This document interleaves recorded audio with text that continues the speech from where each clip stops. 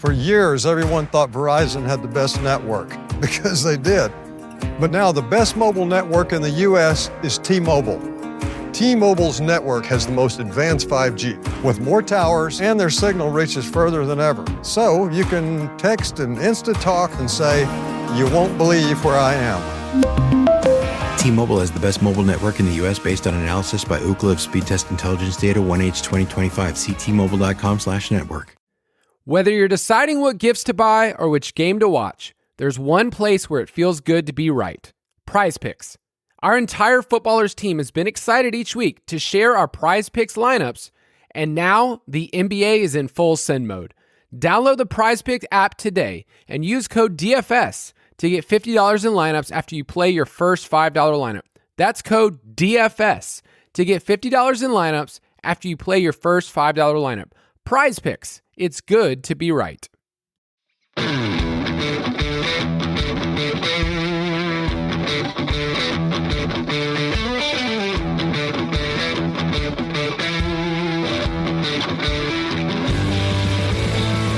Welcome to the Fantasy Footballers DFS and Betting Podcast with your hosts, Kyle Borganone and Matthew Betz.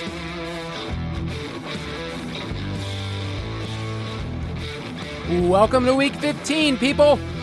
Fantasy Footballers DFS and Betting Podcast. I'm your host, Kyle Borganone, and I'm joined, as always, by Matthew. It's our 311th episode together, Betz. Really? Who would have thought? I didn't realize that you had that little nugget waiting for me here. 311, huh? What? As we all celebrate, right? Everybody knows you celebrate 100, 200, maybe 250, but the real milestone that people care about in the media world, Kyle, if you will. Yes. Episode 311. Wow. I mean, this is going to be a show. There's some 311 fans out there, Amber is the color of your energy kind of people that are really down for that kind of reference. I do use 311. So like in pickleball, whenever you call out the score, oh boy, here we there go. are different like little nicknames. Here we go. Okay. When it's 311, you call it Amber is the color of your energy. You don't even say 311 if that's the score. Wow. I feel like I've just been like I'm on the in now. Like when I play pickleball for the second time in my life, maybe I will have some secret lingo. Look cool out there. Yeah, when it's 5-5, you know, you don't just say 5-5, you say 55. So it's a fun part of the game that Ballers HQ, like it got to the point though that every single score had some type of ism, and so it was a little over the top. Like it got to the point where like we're going a little over. So now with my friends, whenever it gets to the score of 6-7, we just say, "Oh, it's that score." We don't even say it in the numbers because we don't want any kids to be around. Now, does everybody hold up their paddle and do the motion or no? No, we ignore it. We just say, "Oh, it's that score." Okay, and then we just serve. Dude, I'm sure you've seen the clip of Baylor's women's game. I haven't seen it yet. I might avoid it. I mean, it's pretty funny. Like even as somebody, we're a little old now, Kyle. Okay, we're not the youths. We're not the youths. But it really made me laugh. So I think you would enjoy it. Even though I know that you hate having fun when everybody else has fun, I do think you would enjoy this. No, that is not it. It's okay. I'm just okay not going down with a bit if everybody else is. I went to a winter chorus concert. I think I brought that up recently on an episode. And they may have used 10 different jokes during the entire thing about the numbers 6 and 7. Like I just was like, it's like overkill. We are taking this horse. Not only are we beating it, but we are butchering it over and over and over and over Every again. parent sitting there watching their kids like has a smile on their face. They're so proud. Look at this special moment. And Kyle's just sitting there, arms folded, looks miserable. Just like, we are not doing this. I am not doing this. You know, Betz, you call me out sometimes that sometimes I need to let my hair down. Yeah. I need to have a little bit more fun. I'm not going to give a courtesy laugh. I'm not that guy. Tough bargain, dude. Tough crowd to please. I like to laugh, but are you a courtesy laugh? You just laugh at anything? No, absolutely not. But at the same time, life's too short, man. Why not both? Why can't it be short and I'm not giving a courtesy laugh? Exactly. Okay. Week 15, we are going to talk about the main slate, talk about some games that are way up there in terms of over-unders. We'll talk about that Lions and Rams game, which is at 55.5. And I'll give you some context later about that. By the way, I did the thing where I tweeted out some context around this game because, we don't get a lot up there. And man, betting Twitter came out of the woodworks to be like, oh, let's talk about it. Man, betting Twitter's an interesting side of the universe. Is that a thing? There's just, people that like, they're giving their locks, like, hey, here's my VIP, all that kind of stuff. Like once you get on my Discord, and that's cool if that's your thing. I don't know that world. I'm just trying to do my job. Totally. But also, if you want Kyle's locks, he will text them right to your phone for 3 easy payments of $19.99 per month. It's a deal you can't miss. You got to get Kyle's locks this week. I've seen them. They are good. Make sure you hit up Kyle for those. Well, I actually just changed the platform. We don't use, Discord or Patreon for that. I have an AOL chat room only for my locks. If that's where you want to find me, you can do that. If you want all of our picks for real, you can get them in the DFS Pass, dfspass.com. We go through the NFL playoffs, which are just around the corner. It has been fun looking at playoff scenarios and trying to figure out which teams we're going to see, especially the AFC, man. Like when you look at the Bills, it's like, oh, yeah, the Bills will be in there, right? Totally the Bills will be in there. And then you're like, man, there's scenarios where this team does not make it, and we don't have Lamar. We don't have Mahomes. So our picks all throughout the playoffs, you can find them dfspass.com. And if you want to save a little bit more money, you can use the promo code DFSPOD. They tell me it saves a little quiche for the family. And then you can actually make a little bit of money for the family for Christmas. That's really the goal of this podcast. And hopefully you've had a good season. Let us know in Discord if, it's been a profitable year for you, if you're learning some stuff from the people in there. It's been good. But let's get to our cash picks. Straight cash, homie. Right now, it seems like the field has wisened up to what has worked the entire year in the cash conversation for DraftKings. It's, hey, why am I going to spend up when there are these 5K quarterbacks that DK just doesn't want to move? That's been the goal. Every week, find the cheap guy that can give us somewhere in the 15 to 20 range in terms of scoring. Play that guy and spend up on the studs, and that feels like that's the strategy here again this week for cash. So I will say just off the top, with how pricing is kind of working this week, it's pretty tight because we want to play, CMC, Gibbs, Puka, Jamar Chase. Like they all project incredibly well. In order to make those lineups work, and no, you can't fit all 4 of those, you will have to spend down somewhere. We will talk about tight end in a minute. It looks like another punt week. And a quarterback, as we'll start the conversation, it looks like a punt week again. Not that I don't love the idea of playing Lamar or somebody like that. It's just when you have Marcus Mariota at 5K, or C.J. Stroud at 5.2, or Jackson Dart at 5.6, all in really good matchups, it's just tough to justify paying up for some of the high-priced quarterbacks. So for cash, we like spending down on the guys I just mentioned. In tournaments, I think it's an interesting week if you want to flip the build and split up at quarterback. It's just a way to get different. But for cash, like you said, Kyle, it's worked every week, basically, finding this cheap quarterback that projects well. The Texans have a massive team total. I really like this Washington and Giants scheme in terms of both defenses struggling, great matchups for the quarterbacks. You could talk me into either one of those. So whether it's Dart, Stroud, Mariota, I truthfully don't think you can go wrong in this spot with those 3 cheap guys.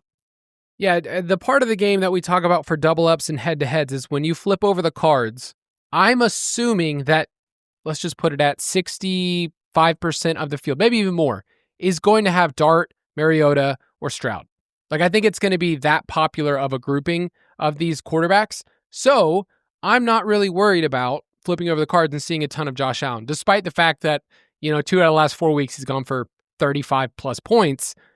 I want to mitigate what I have to get. Am I saying that right? I want to get less things correct. Yeah. No, I want to. No, we get what you're saying. Because Okay. if you spend down a little bit at quarterback, like you said, it's kind of what the field is going to do in cash games, and we think that's optimal. So this is not the spot. In tournaments, like I said, you can get off the board and pivot or whatever. In cash, I think this is right this week. And I don't know if you have a preference, Kyle, on these guys. Historically, what I have done is try to just lean into the rushing quarterbacks in this range to make sure, like, hey, like there was a week, 2 weeks ago where C.J. Stroud was kind of the cash quarterback, and he had a pretty good game from like a real life standpoint, but he didn't throw for a touchdown, and he's not going to give us those 50, 60 rushing yard outcomes that are possible with Dart and Mariota, and he had 10 DK points or something. You have to have at least 1 or 2 passing touchdowns from Stroud to get home.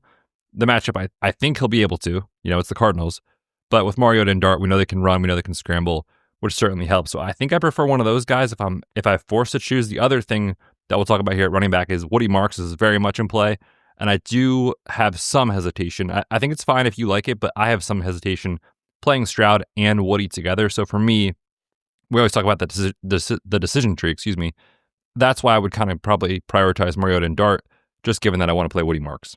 Yeah, that's where I'm at right now as well. Fun fact about Mariota, or Mariatu, whichever name they want to call him, he has 5 top 10 finishes over the last 2 years, despite only starting 6 games. Because remember, he had 2 top 10s last year without actually starting. I think I prefer one of those two. That game, we won't do a full preview on it, but it's sneaky, dude. I mean, it's 47.5. The Giants have their highest implied total of the entire year at 25 points. So it shocked me when you're going through the games, you're starting to go through the list. There's the top 3, and then it's this game. So I think Dart and Mariota is a really easy way to do it because I think you can fit in 3 of the 4 studs this week. CMC, Gibbs, Puka, and Chase.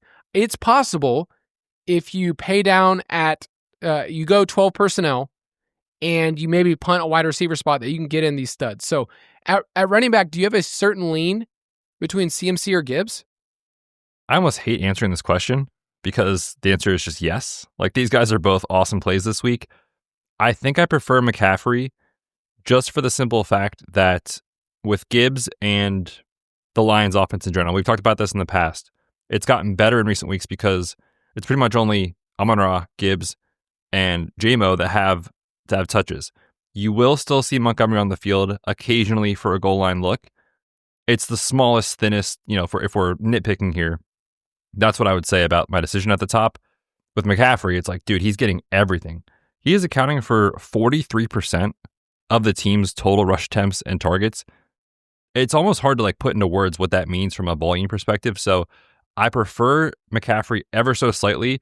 That said, if you have a lineup that you love and you can't find the 200 to get up to CMC, you should not feel bad about playing Gibbs, is how I would put it. And don't get me wrong. Well, if I don't play Gibbs in cash, I am for sure getting exposure this week across, a handful of lineups that I play. The matchup is not necessarily easy on the ground against the Rams, but when you think about what he's done as a pass catcher since Dan Campbell has taken over, he's basically seeing targets at the level of a wide receiver, getting targeted on 34% of his routes compared to a much smaller rate, 24%, when it was John Morton. So you're getting like a running back 2 plus wide receiver 1 type of volume. At 8,800, difficult matchup, yes, but we know what Jahmyr Gibbs can do. And I also think, too, there's some, soft skills of DFS of just understanding what Dan Campbell has done in the past and what this team is. This team is not locked into the playoffs. And Dan Campbell, as much as they love David Montgomery, is very willing to reduce David Montgomery's workload in games they have to win because of how good Gibbs is. So I do think either of these guys is great. I really hate saying bad things about either. I prefer CMC if I have to pick one, but they're both awesome. I think I prefer CMC as well, but then I look at my cash lineup and I go, is it possible that I don't have a Lion in my cash lineup? Because if I don't play Gibbs, I'm not going to play JMO. I would never do that. And then Amon-Ra is kind of getting pushed down but behind Puka, behind Chase in terms of the cash conversation. So not that you have to have a Lion by any means, but when you look at that game, you're like, man, I would love to have a piece of that offense and that game environment. So CMC, Gibbs, and then Woody Marks is the other name. We have to wait on him because we are getting news that he hasn't practiced the last couple days. He did have 29 opportunities, 87% of the snaps in their game on Sunday night. So that was the biggest workload of his entire career. So if he's coming back slowly, I get it. So just kind of wait on that information. We'll wait for Friday and for the practice reports. Woody Marks did come back on Thursday. So I think we'll be all right. Okay, well then Woody Marks is probably the easy play at 5,600. I did want to mention Saquon Barkley at 7,100 at home against the Raiders. They're basically a 12-point favorite. It's a good tag for their implied total. I can't play him in cash, but I just wanted to highlight him and Henry. I think are both really good at their price points. Yeah, and this is one of those big 13-game slates, so you will find really exciting plays at pretty, I think, manageable roster percentage this week. So I feel like it's a really good slate to get off the board.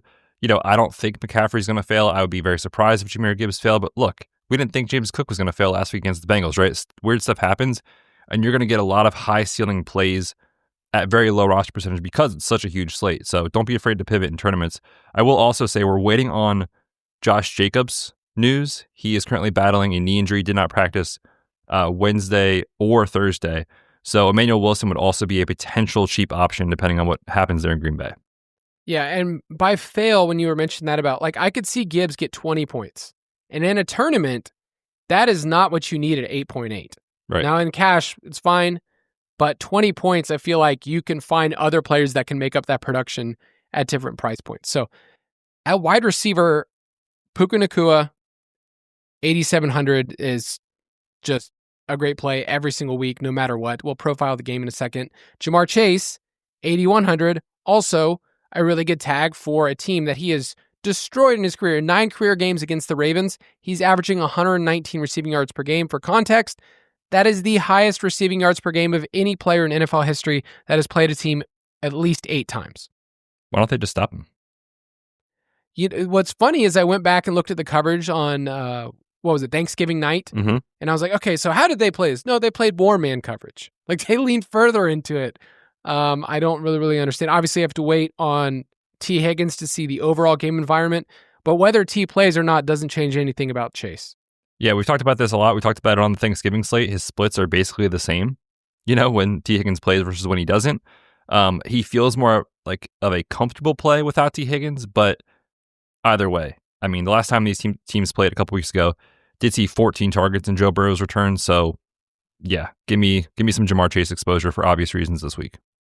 If you don't want to play both of them, let's say, I don't want to play Puka and Chase. I'll pick one of them. Who in the middle range are you interested in? Like, we've been on this Michael Wilson train for a while, and yet he plays the Texans. I love, on the other side of the ball, Nico Collins is only 6,700. I'm interested there. Wan'Dale Robinson is at 5,900 if you want to stack him with Dart. He's on pace for 140 targets this year, which is just crazy to say. Any other guys in the middle range? Yeah, those are the names I was looking at too. I feel like we have to have the conversation on Michael Wilson because when you give a guy a certain number of targets, no matter what the matchup is, they're going to project well, right? Like when Marvin Harrison has not played, you're getting unbelievable workloads here. 32%, 33%, 36% target share without Marvin Harrison in the lineup.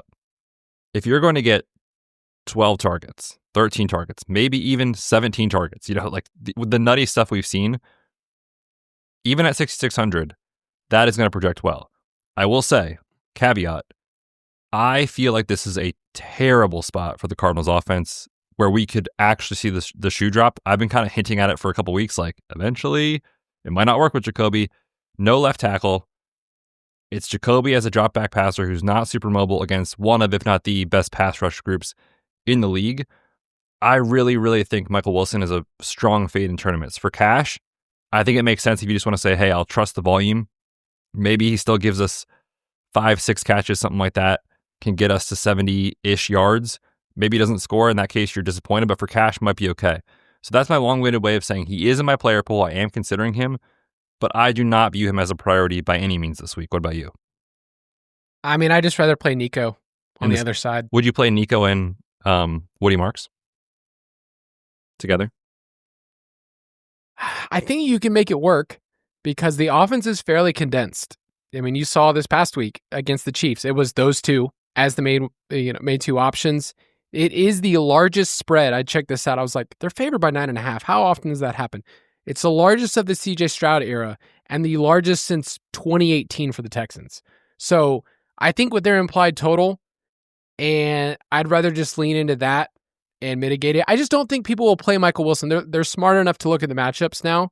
And when you're in your app, as silly as it is, the psychological part of looking at the Texans being incredibly red in the matchup, like he's just not going to get clicked as much as usual. Yeah, maybe. I think it depends on your contest. I think in smaller field stuff where it's more, football takes and hand building type stuff, that might be the case. I could see him in larger field, like optimizer type tournaments, still being in there just because of the projection and but workload. in cash, yeah. I mean, I'm considering him, but it is absolutely terrifying. I'm with you on Nico. I think he's a really good play this week. If you want to drop down further, I do like Wan'Dale for the reasons you mentioned. We'll highlight on FanDuel. He is like an unbelievable value over there, so just be mindful in tournaments of his roster percentage there. But if you're on FanDuel for cash, Wan'Dale I think is a priority. I also think Juwan Jennings is in play. He's 5,200. He's kind of been the wide receiver one. It has not been Pearsall, even with Ricky coming back. I think he's interesting. So there's actually a decent number of guys in this like low 6 to low 5K range that are viable.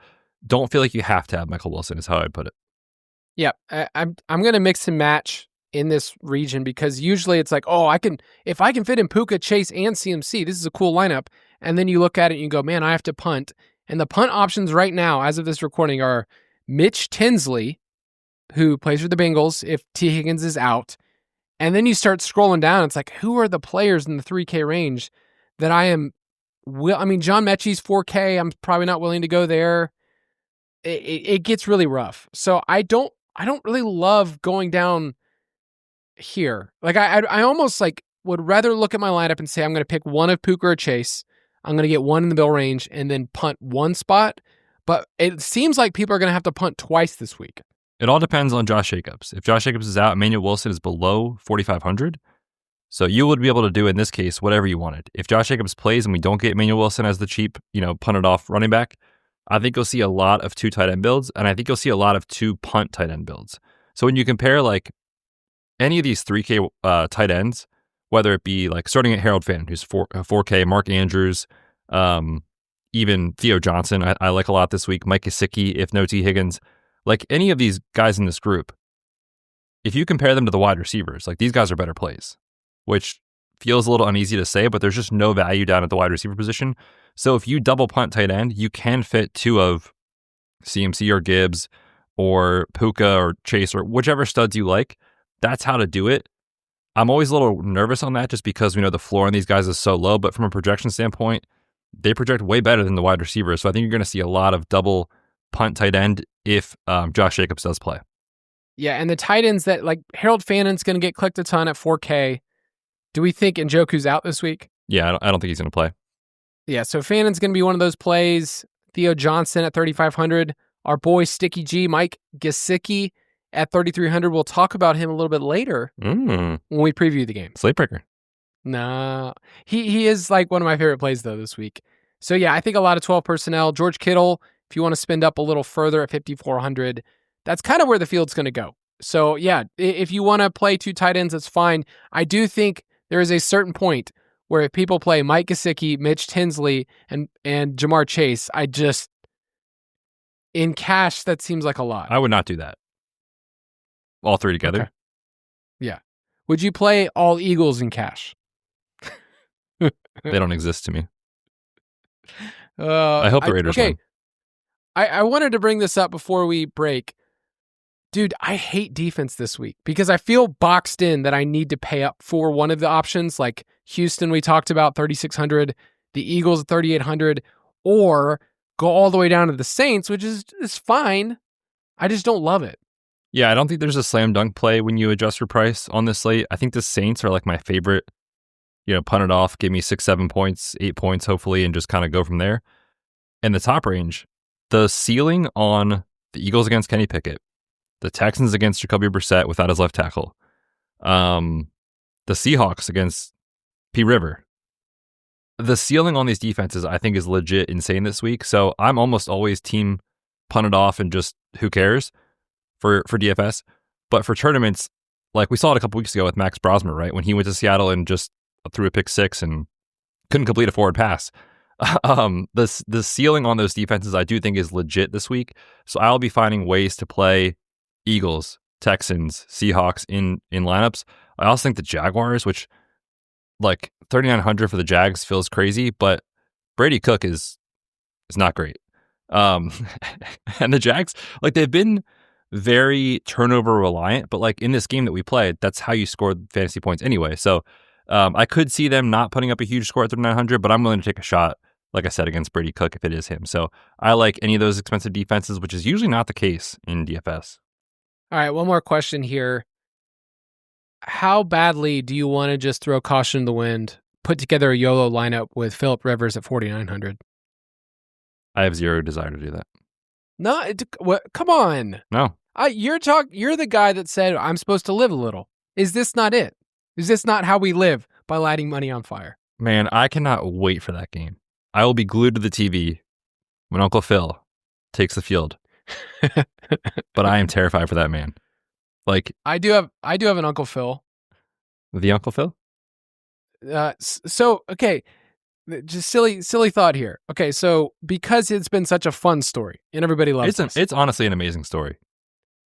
do you think his roster percentage will be higher than it needs to be because No. people love it? He's The not going screen- for to the get. He's screenshots, not going to man. get played, man. You don't think there's going to be a screenshot of somebody out there that puts in Phillip Rivers and they'll say, okay, now what do I do? I mean, there's somebody that will do it, and I hope that person wins $1 million. That person will not be me, but for the story, for the intrigue, for the headlines that we'll get on Monday, I hope he comes out and just chucks and is great. I think the most likely outcome here is it is a complete disaster, but we'll see. Gabe from Risk Management decided to make him $100 less than Mariota. Yeah, he's not going to get played. All right, let's take a quick break and we'll be right back. Introducing new Sylvania LED Ultra Fog and Power Sport lights. This powerful upgrade delivers cool white clarity and crisp visibility on the road ahead, so you can reignite the love for your car with lights that make it feel like day one.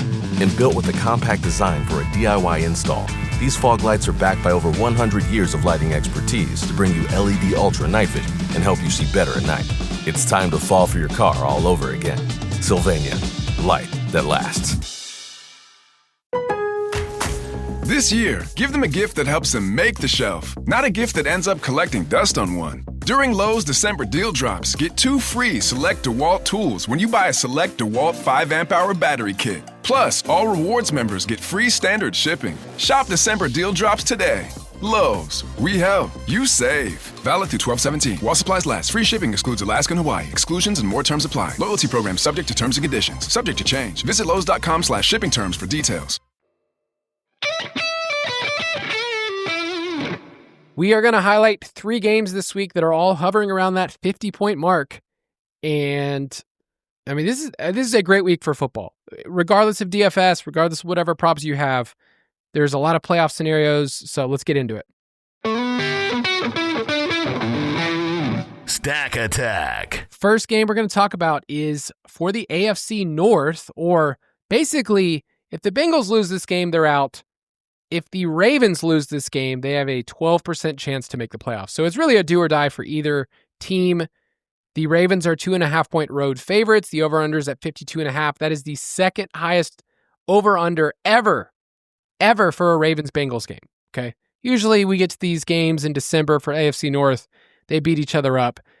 Did you see the weather that the projection is 11 degrees? Ooh, that is going to feel balmy compared to what's happening in Chicago. They might even be hot down there on the field. Yeah, we've talked about this before. There's a certain point when it's cold, it just doesn't affect things the way that we think. The Bears game, it should affect things. Yeah. What, -20 wind chill? Imagine bringing your kids to a game like that. I mean, people are going to legit get frostbite.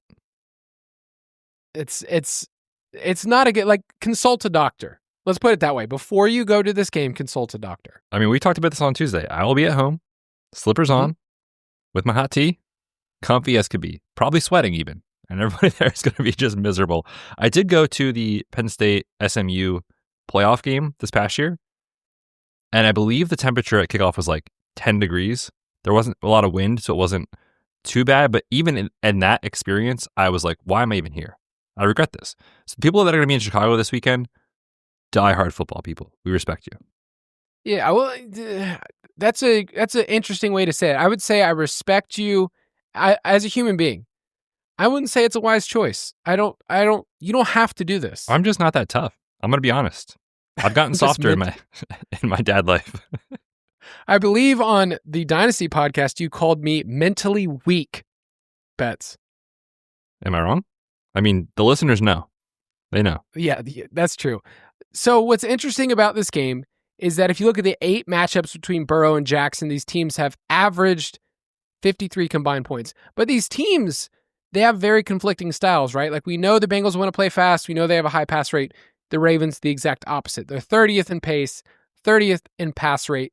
And on Thanksgiving night, we saw the worst sides of Lamar, where he wasn't running, there was turnovers, and Cincinnati won 32-14. where do you want to start the conversation? Because I feel like we've been chasing the Bengals all year long. We've talked about how bad their defense is. I brought up every single week the stats about their tight ends, but really, you could really pick anyone you want. So where do you want to start the conversation? Yeah, let's start on the Ravens side here because they're really fun to talk about because of literally, like, if they lose this game, we're probably not seeing Lamar in the playoffs, which sounds crazy to say, but we're trending that way. If they win, they got a coin flip here. So let's start on their side of the ball. I will say on Lamar, it was nice to see him finally get there last week for fantasy against the Steelers. Even had a touchdown for Isaiah Likely called off the board, which would have made his box score look better. In this exact matchup 2 weeks ago, remember he had that phantom OPI on, I think it was Zay Flowers, had that touchdown called back. Isaiah Likely fumbled out of the back of the end zone. That's touchdown called back. So even though things have not felt great in the last month with Lamar, it's not as bad as what the box score says is my take on the situation. And I still believe there is a huge ceiling for Lamar in this game because, look, is he 100%? I don't know. But he at least ran a little bit more last week. I thought he looked better last week as a scrambler. And we've seen this before with some of these quarterbacks where it's like, hey, if we don't win this game, like it's over. Josh Allen has literally put the entire Bills team on his back and said, I will win this for us. I hope Lamar does the same here. I don't know if he will, but I think that possibility exists. And like I said, because of the structure of how the slate is kind of forcing us onto these 5K quarterbacks, I could see Lamar being a really interesting contrarian, spend up option here. You hope they win this game. You hope he runs in for a score and throws a couple. I'm very, very interested in that. And obviously the matchup for the Bengals with the tight end has been a printing press every single week. So my favorite way to play it is stack Lamar with one of Mark Andrews or Isaiah Likely. Yeah, another way you could look at it too is Lamar is 6,400. So I'm not going to hit the drop, but that is quite cheap for what you're asking him and a 3K tight end to do. So just that alone, you're looking at about 10,000 in salary. So it's like, can I get 35 points or 40 points from that combination? Yeah, for sure. Like you could totally do it. So I do like that from a cost standpoint. I do like it from a game theory standpoint. And then on the other side, you can eat some chalk with Jamar Chase. Like it seems like with the Ravens, though, the field will want to play Henry in this game. They'll want to stack up the Burrow side and bring it back with Henry. So any interest, like I personally won't be playing Lamar and Henry together. I haven't done that a ton. Would you do that? Probably not, unless you're in like a really small field where you don't have to have... Like it was just me versus you. Right, exactly. If you're in larger field stuff where you kind of need every player to hit their best outcome, I feel like that's unlikely to happen. It certainly could, but it's less likely to happen. So for me, in the smaller field stuff where you just say like, hey, if the Ravens roll, I could see a path for that, but I definitely prefer to play them like as leverage off of each other, if that makes sense. So I almost prefer to play a Henry team and then maybe even like move on from this game or something, or like you said, play the Henry side of the Baltimore Ravens with a Burrow stack. But that's my preference. I will say on Henry, like, I think he'll be, I don't know how popular he'll be. I don't think he'll be the most popular, I would say, with McCaffrey, with Gibbs kind of being the guys on this slate. I think we could see Henry coming in like 5th or 6th in terms of popularity for the running back position, which if that's the case, that does also look like a really nice opportunity in tournaments. Sounds like somebody in high school where you're like, he was like around the popular crowd, but like not the most popular. Yeah, exactly. Yeah. I think on FanDuel, I'm really interested in Henry where he's 8,400 and he just scores better over there too. I think he'll be like, I don't know, 12 to 14-ish%, something like that. So not like ultra contrarian, but not popular by any means. Since week 5, the Ravens are one of the most run-heavy teams. In fact, them and the Panthers are the only ones that have just 2 games with a positive pass rate over expectation. So it's kind of been skewing that way. We knew they want to play slow. The Bengals are at the bottom in every single rushing metric. It's really hard to be 30th in yards before contact and 29th in yards after contact. That just means you're really bad and you're dead last in rushing yards allowed. So Derrick Henry's a great play. If you wanted to play Henry, one of the tight ends, because you don't think Lamar's there, and on the other side, you're playing your Burrow stack, I'm totally fine with that. I really don't have a preference between the 2 tight ends. I think they both, it's possible they both get there, let's be honest, like from the way that this defense is played. Andrews ran 79% of the routes, but Likely has basically been the red zone guy and has 2 touchdowns that don't show up in the box score the last 2 weeks. So I think Likely's still going to get played at 3,400. I I'm down with that. I like the tight ends in this game. It's really sad, but like I like Gesicki as well. Yeah, I thought it was really interesting. I know you put this in Pace. I forget who had the clip of Gesicki's tape last week, but like yes, it's almost counterintuitive. Like you would think, okay, if T is out, then Andre Yoshivas gets a huge bump. Yoshi's just not a good target earner. Like he never really has been in his career, and they almost turned him into like their pseudo tight end, which was hilarious, and put Mike Gesicki as like a real NFL wide receiver. So if I'm playing one of these guys, if T is out, it's definitely Gesicki over Yoshi. And you know, we had like a similar situation in this matchup on Thanksgiving where he was like super popular.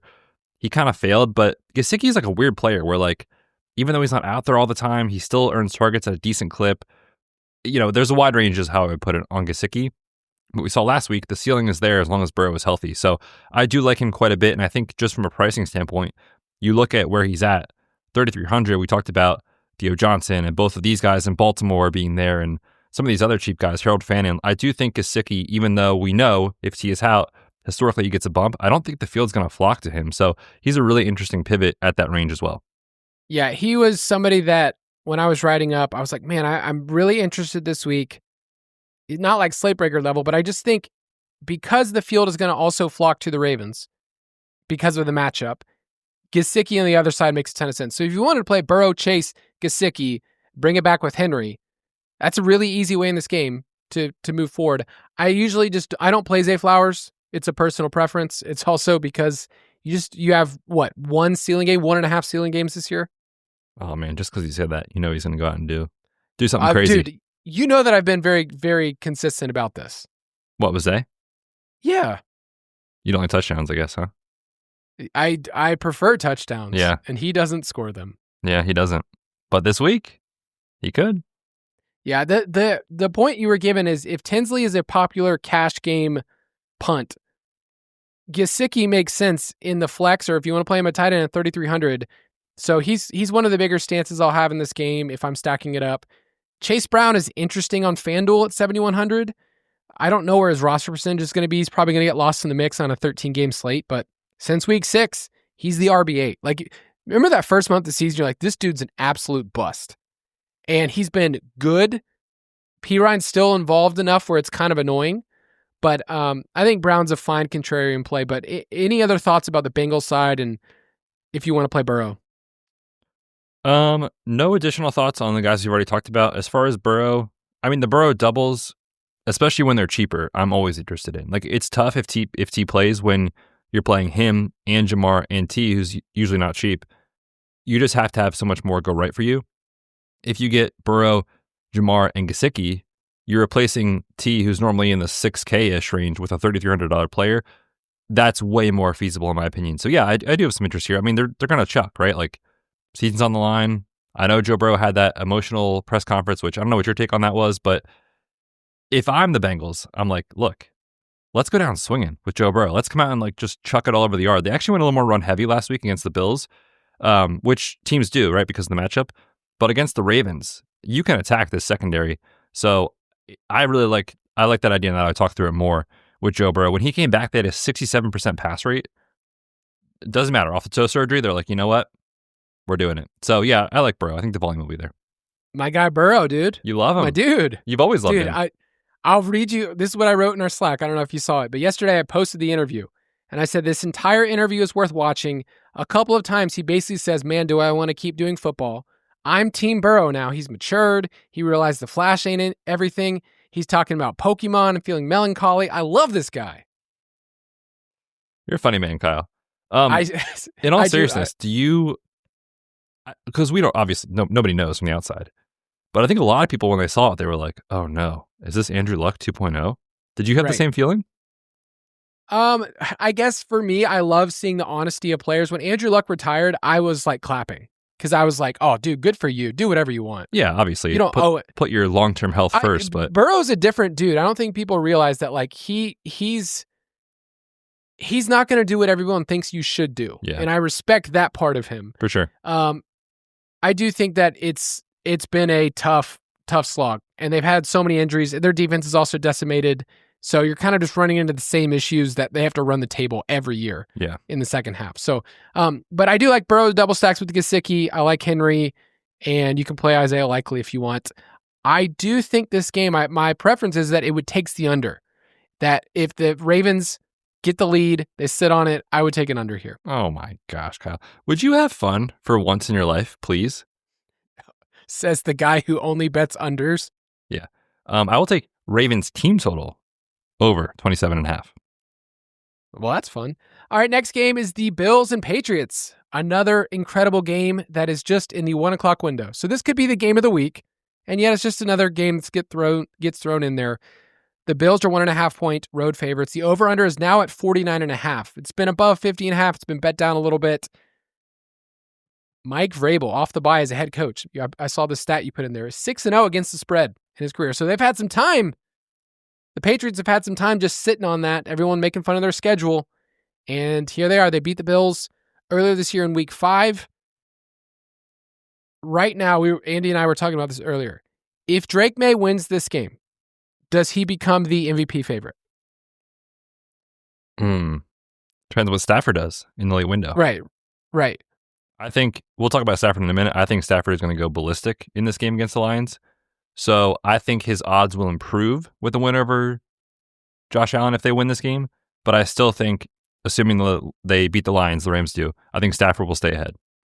Okay. It's plus 200 right now was the price I saw for May. But Andy and I were just talking like, if you think the Patriots win this game, then you're also saying this gives a boost in his odds. But anyway, Buffalo games this year have averaged 51.5 combined points. They're 4th highest in the league, but both of these teams kind of play slow. Buffalo's 31st in pace. New England is 28th in pace, so they're both bottom 5. And when they played earlier this year, there was only 128 total offensive plays. In other words, it was a kind of a slog. It was 23-20. It was fine. When I look at the matchups here, I do think it's kind of hard to stack these guys. Because with Allen, we're always looking at who's the wide receiver. You can play with Dalton Kincaid if you want. With Drake May, I feel like they've gone in like a full-on wide receiver rotation. Like even Diggs before the bye was dropping below in terms of route participation. That does make it hard week to week to say, this is the dude. Where do you think on the Patriots side, like how would you stack up if you're using Drake May? Or is he too expensive? I mean, you definitely have to pay up for him, right? $6,700 on DK, $8,300 on FanDuel. It's tough because when I think about what teams have done against Buffalo, historically they have trended more run heavy. Even the Bengals, as I said, went a little bit more run heavy than usual last week against the Bills.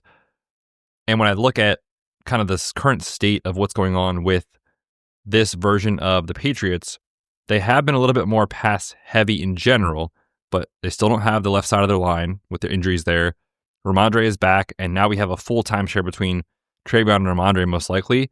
So I do think they probably trend a little bit more run heavy in this spot. And if that's the case, and you also have wide receivers who are basically running a full committee, right? Like Diggs has quietly been like a 55-ish% route guy. It's really tough when that's the case. Now, last time these teams played, we had the full narrative revenge, and they literally peppered him on purpose in that game. I don't know if they'll do it again, but I want to point out his route rate has come down massively. And then you have Booty, who's kind of out there as like the traditional X guy. Mac Hollins is going to mix in Pop Douglas for 25-35% of the routes. You know, you just have like a full share, and even Kyle Williams before the bye week, 25% of the routes. So in large field, if you want to take a shot on these guys because they're cheap, I think that's fine. I personally don't know, just talking through it with how much they rotate and not really being super into this passing attack for the Patriots.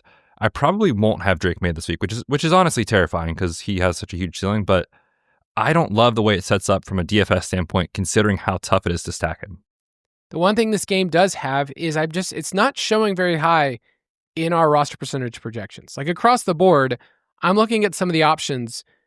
This isn't a week where James Cook is showing up as one of the optimal plays. He's 8,000 on DK, 8,300 on FanDuel. What's weird about James Cook, he has 2 total touchdowns over the last 6 weeks. So it's like he hasn't got there, yet he's still the RB6 in fantasy in that span. He's just like, he's the dude. They also, like when they get in situations like last time when they played, He ran for 49 yards. He didn't have a reception. He just has these absolute duds sometimes. So he's not going to show a lot in roster percentages. None of the receivers you mentioned either. Like I'm just looking at this game. I'm like, I just don't see people playing it. So while people flock to the Rams and Lions game where they play a bunch of Bengals in the lineup, I don't think people are playing this game. So if you guess correctly on the wide receiver, if it's Diggs or if it's Booty, I think you do get a lot of leverage on the field at a decent price for the wide receivers, of course. Any interest in Travion Henderson? I don't mind taking a shot on one of these backs. Honestly, even on FanDuel. Like Ramondre he's really not been great this year, if we're being honest. But he's 5,700 and nobody will play him, even though there are paths where both Travion and Ramondre get 15 touches. We saw that before the bye week. So in spots like this where the matchup is so good and nobody knows which back it's going to be, in large field, I think it's really interesting just to call your shot and say, hey, what if one guy gets hot and runs away with it? What if one guy just has an efficiency game, even though they don't have a ton of volume, rip off a long run or two? You could definitely talk me into that. They don't project great because we are giving them each a bunch of work and splitting it. But who knows? Out of the bye week, what if they give the rookie more run than you think? Or what if Ramondre's just having a good game and they just roll with it? There's a lot of volatility here. So neither guy's going to get played much, which makes them pretty interesting in large field, I would say. Yeah, and we know this is a run funnel defense. They're dead last in rushing touchdowns allowed, 29th in forced missed tackle rate. I don't mind that at all. Like last week, that was one of my strategies with the Rams backfield. I was like, I'm playing Kyron, mix in a Blake Corum in a lineup, just because I think they're going to get a ton of run here. So with that thinking, would you then be willing to pay up for Josh Allen, because we talked about earlier, the field's not doing it as much, with Dalton Kincaid, and then run it back with one of the running backs? You could. You definitely could. I will say that the tricky part on Josh Allen is I generally am hesitant to play a player who's fully priced, right? He's most expensive quarterback on the slate after back-to-back, like, unbelievable performances. Could he do it a third time in a row? Sure. I have him in a couple leagues for the playoffs, so I certainly hope he does. But expecting him to continue to roll out, 30 plus DK points, 40 DK points, which he's done a couple times, it's tough. Like I said, I feel like the Patriots will be prepared for this game, and Vrabel will get his guys ready to go in this spot. So I personally probably won't have a ton of Allen this week, which is a scary fade anytime he takes the field. But for me, like you said, I'm kind of lower on this game in general with both sides, given that they're very similar in how they distribute the ball in the pass game. My favorite play on this game is James Cook. You log in. What? You're going to see red, because historically, early in the year, the Patriots were dominant against the run. Since they lost defensive tackle Milton Williams to a high ankle sprain, opponents are running a lot on the Patriots. You don't have to ask Joe Brady to run the ball. They're going to run a ton. And New England has given up 4.7 yards per carry, and they have the second worst rush success rate since Milton Williams left the field. We just talked about James Cook, right? Last week, he was the most popular running back play on the slate. Fast forward 1 week, nobody's going to click the button on James Cook at 8K. So I am very interested in him in tournaments. And like you said, we know what he can do. He hasn't really scored in a while, so it kind of feels like he's due. So I'm very, very into James Cook this week. The thing about Allen is you're going to get the rush attempts. Like I'm looking at his line right now. It's at 6.5 with juice on the over. The Patriots used a ton of man coverage last time these teams played. So I love thinking about Allen having these kind of outlier performances, and then you find the one pass catcher that you could use there. Dalton Kincaid is kind of the dude. It's crazy. I know he's been hurt a lot, and sometimes he's not on the field, but he's been targeted on 28% of his routes. It's number one on Buffalo, number one among all tight ends. And he's at 3.3 yards per route run. That's number one on Buffalo. That's number one among all tight ends, and that's third best among all players in the NFL this year. That's very good. And last time they played, I went back and I watched some of that game, and I was like, how did this work? He was getting all this downfield stuff. Like he had 5 catches of 10 plus air yards. He went for over 100. Like I think Dalton Kincaid's a good play at 4,500 if you want to play him there, because I have no idea what to do with the receivers. It's tough, man. I mean, even Khalil Shakir, who like in previous iterations of the scene that we would talk about, we're like, well, at least we know he's on the field a bunch. Even in, last week, Gabe Davis was at 61% of the routes. Shakir, 53%. Tyrell Shavers is at 40%. Like, Brandon Cooks is running routes. I don't know what to do with this. I will say, Keon Coleman, 19% of the routes. So there's like one or two of these guys you could play, and even they don't project well, right? So it's just a tough sell. I think you're almost getting too cute by trying to figure out which one of these ancillary pieces it is. That I'm with you. It's either Kincaid or just playing James Cook. Do you realize how much revenge is in this game? Let's just see. So much revenge. Diggs. We know he has revenge in his heart. Matt Collins. So much revenge in his heart. So much revenge. Let's see. Who else we got? Brandon Cooks. Who could forget? Forgot Brandon Cooks was a Patriot. Who could forget that? Yeah, it's a good little game here. I think I'm going to take the Patriots at home. Give me the under. I like the under here. Okay, yeah, it was at 50.5. It's now at 49.5. Let's take a quick break, and then we'll talk about the game of the year. With Venmo Stash, a toggle on one hand and ordering a ride in the other means you're stacking cash back. With Venmo Stash, get up to 5% cash back when you pick a bundle of your favorite brands. Earn more cash when you do more with Stash. Venmo Stash terms and exclusions apply. Max $100 cash back per month. See terms at venmo.me/stash terms. Getting more as a MyLowe's Pro Rewards member is easier than ever with the Lowe's app. Download it today and earn 500 points the first time you log in. Plus, your digital wallet helps you scan, save, earn, and access what you need to manage it all in one place. Download the Lowe's app and take advantage of your Pro benefits today. Lowe's, we help, you save. Valid 12/1/25 through 1/7/26. Offer valid for first login per organization only. Loyalty program subject to terms and conditions. Additional restrictions apply. Visit Lowe's.com/terms for more details. Subject to change.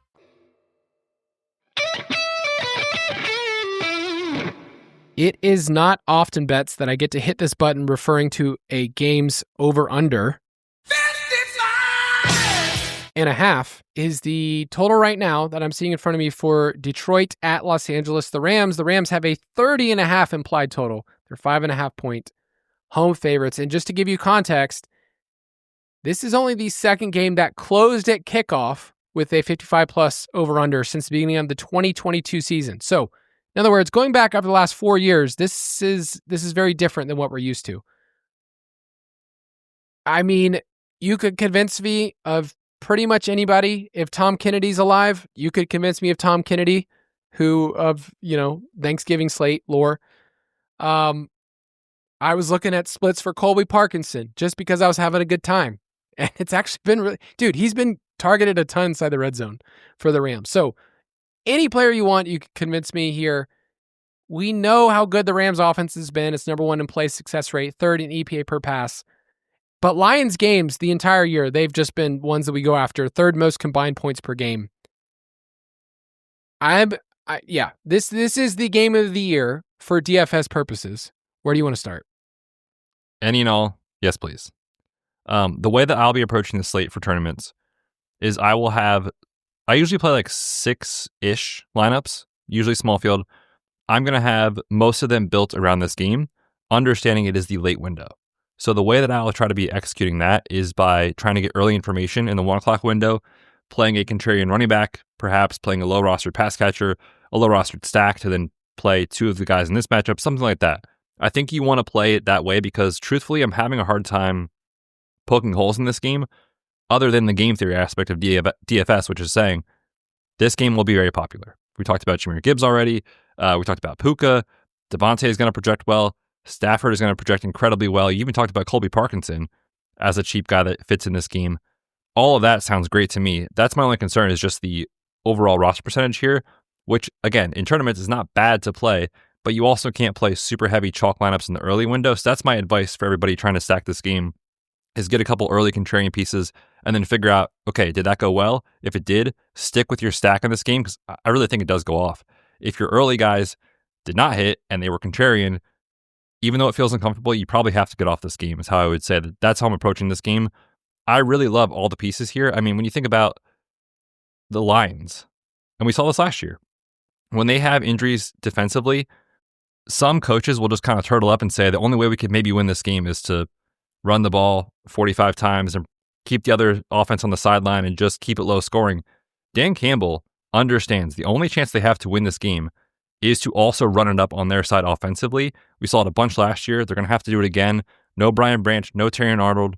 We'll see on Kirby Joseph. He hasn't played in like a month and a half. Like, they're going to have so many injuries in the secondary. I think Stafford is going to do whatever he wants here with Puka and Devontae. So I think Dan Campbell will keep his foot on the gas the entire game, which means I love the ceiling outcomes here for Gibbs, even Jameson Williams. And I think Amon-Ra St. Brown is probably my favorite play on the slate, just when you adjust for price and kind of where he's at. We talked about, Puka at the top. Gibbs is expensive in this same game. Jamar Chase, eventually you have to lose roster percentage somewhere, and I think it could come from Amon-Ra, but that's my long-winded way of saying, I love this game. I have nothing negative to really say about it, other than it's going to be popular. Yeah, one of the things that we have in the DFS Pass is a tournament takes article where I kind of show you in the early window, here are the plays that'll project to be the most popular. Here's what you can do in the late window.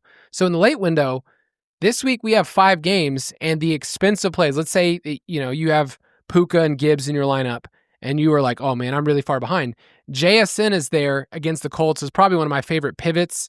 CMC is also in the late window. So those are the expensive options if you want to get different, or just pivot off this game. Yeah, it's really hard to get away from Puka and Gibbs. They're going to be 20+%. They're going to be plays that you see everywhere in small field, way over that. I started to go through the matchup, and the way that the Rams play defense, they run a lot of cover 2, cover 3 shells 52% of the time. And it's just an Amon-Ra spot. You want to be able to look at certain games and be like, oh, this is a game where this could be Jameson Williams. These splits of Dan Campbell taking over is also when Sam Laporta went down. That's kind of coincided at the same time where you go, this team is now an 11 personnel team. They are not doing the heavy sets that we're used to in the past because they've had to make Brock Wright or the Ferk Daddy or Ross Dwelly or whoever these other dudes are have had to step in. It's basically been Gibbs getting targeted on 35% of routes and Amon-Ra 31%. That is such a condensed target share that I just don't really know if I want to chase the other options here. I would say the only pieces in this game that it's not showing a ton of roster percentage is Jared Goff at 6,100, so that's interesting. And then the Rams running backs. Kyron and Blake Corum are probably not going to get played because the field is kind of paralyzed. So any interest in a large field play of either of those running backs? I think Kyron is interesting, especially on FanDuel. He's 6,800 on DraftKings. It's kind of a tough sell, but he's only $400 more on FanDuel. So just kind of percentage of your salary allocated to him. He's a pretty good value on FanDuel, and I don't think anybody's going to play him. So that to me is my pivot option. If I go into this slate and I need to get off the board or just get different in this game, pivoting to Kyron Williams is a way to do that if your early guys don't hit. Otherwise, I see the most likely outcome here where it's a Stafford game where he's just able to have a ton of efficiency, a ton of pass volume in an unbelievable matchup. So that's my interest in Kyron, is more just game theory than anything. Rather than saying this is an amazing spot for him is how I'd put it. All right, so let's say you wanted to stack up the Lions side. I like the fact Goff and Stafford feel very similar. We've talked about this because they don't run the ball because you're hoping for 303. Stafford feels more likely to do it because he feels like he's done it every single week, but Goff is $900 cheaper and not getting played. So I like the idea if you wanted to play Goff, Amon-Ra, and I mean, you can fit Gibbs in there as well, but let's say it's JMO.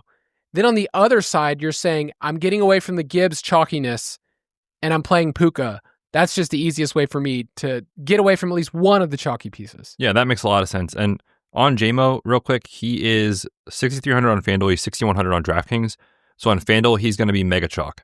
On DraftKings, sub 10% probably. So again, the game that we play, you should take into context which site you're playing on.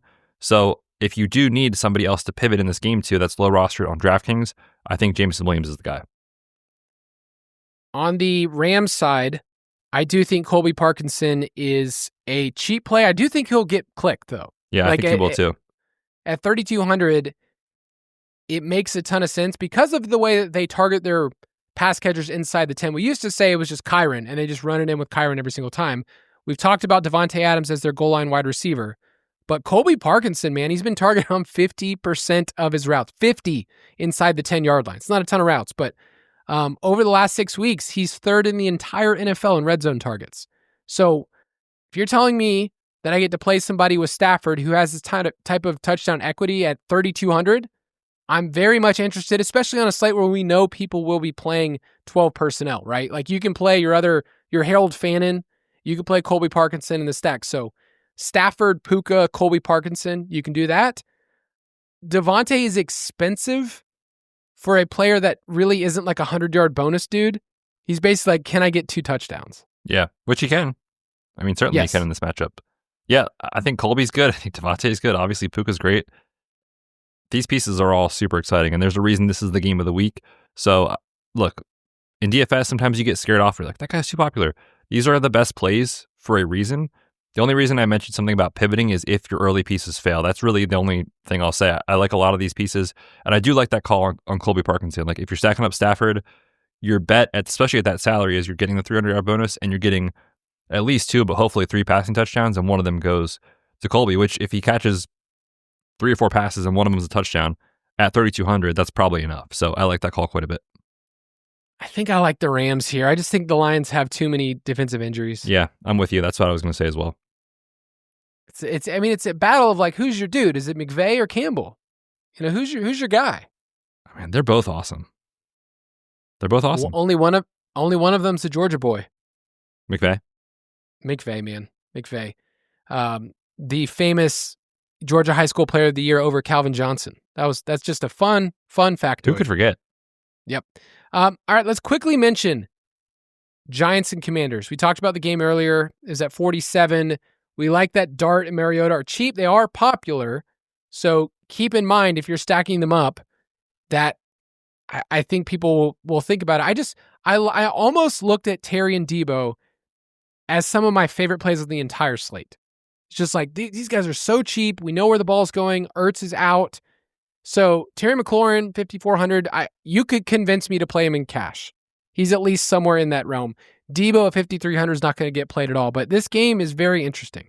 Yeah, I think they're both awesome plays. And when I look at these two guys, I do think we can get in trouble sometimes looking at these like man versus zone type splits and these coverage stats and stuff. But they're fun to talk about. The stuff the nerds bring up. The stuff that you bring up.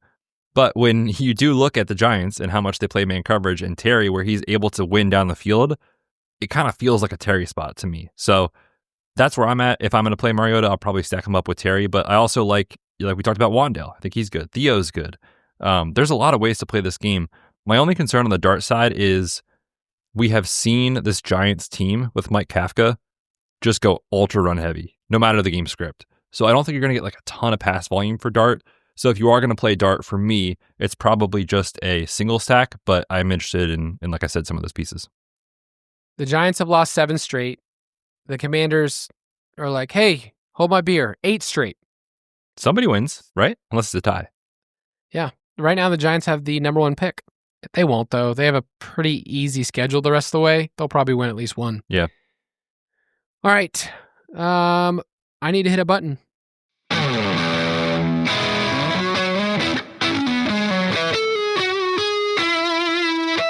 Slate Breaker of the Week. I'm going to get back to our roots here, Betz.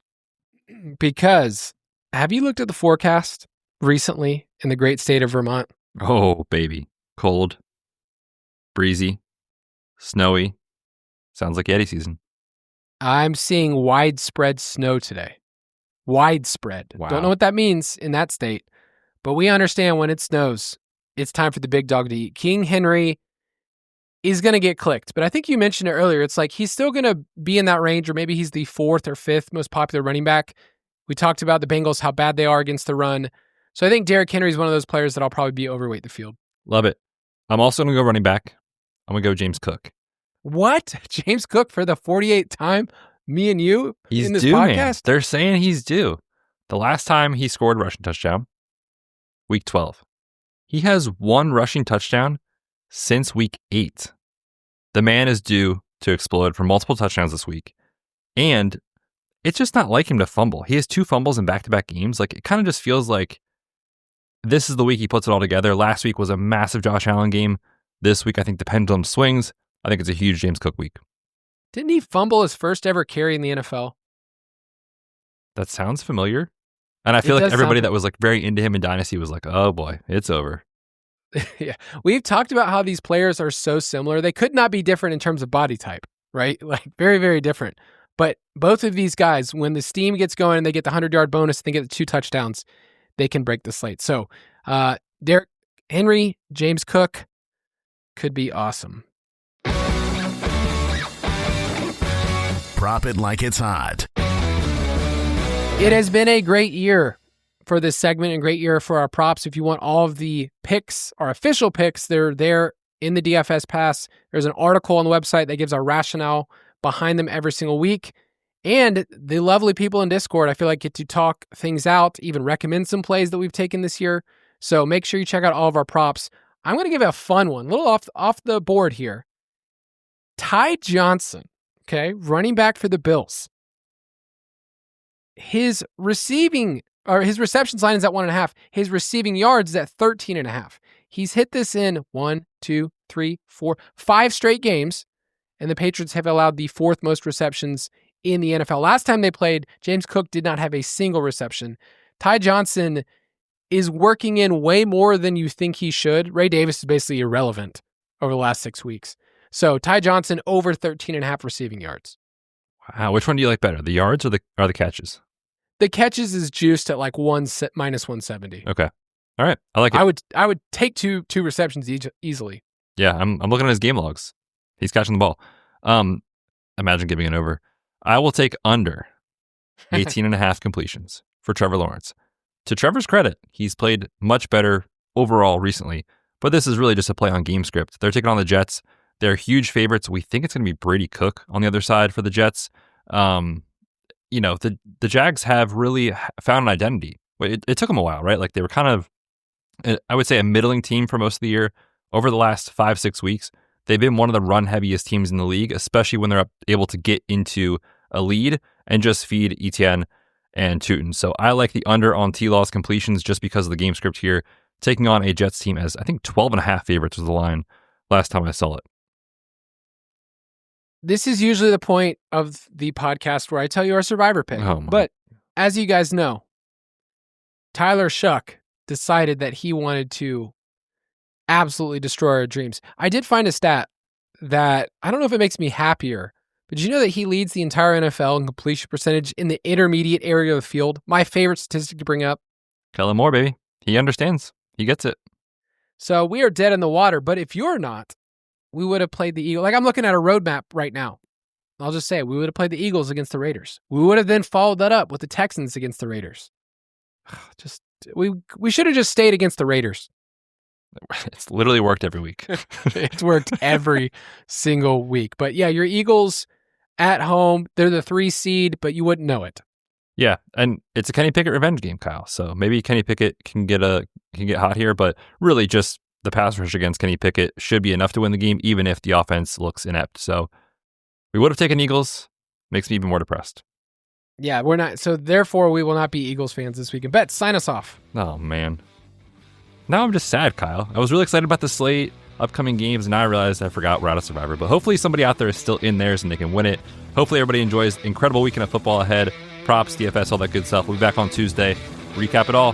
We'll see you then. Good luck this weekend.